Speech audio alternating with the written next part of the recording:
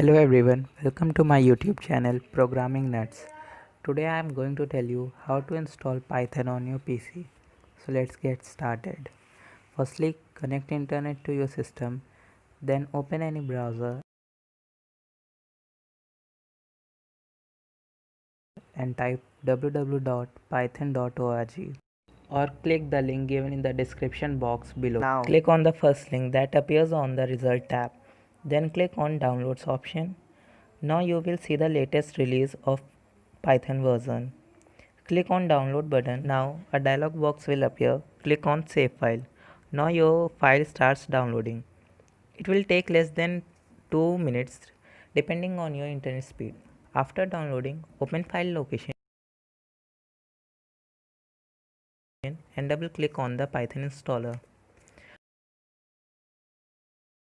A dialog box will appear. You will see two options: install now or customize installation. If you want to install directly, click on install now button and installation process start automatically. Otherwise, go to second option. After selecting second option, click next. Then click the first checkbox, and if you want to change the source directory, click on the browse button and choose your appropriate location. Otherwise, click on the install now button. Now a administrator dialog box will appear. Click yes. Now the installation process starts. It will take about 5 minutes.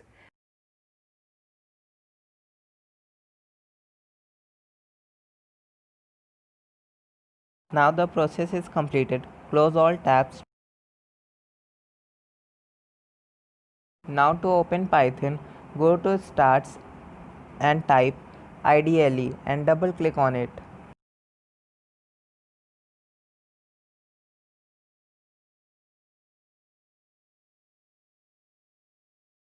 Now you are ready for programming. Thank you for watching and stay tuned for more Python stuffs.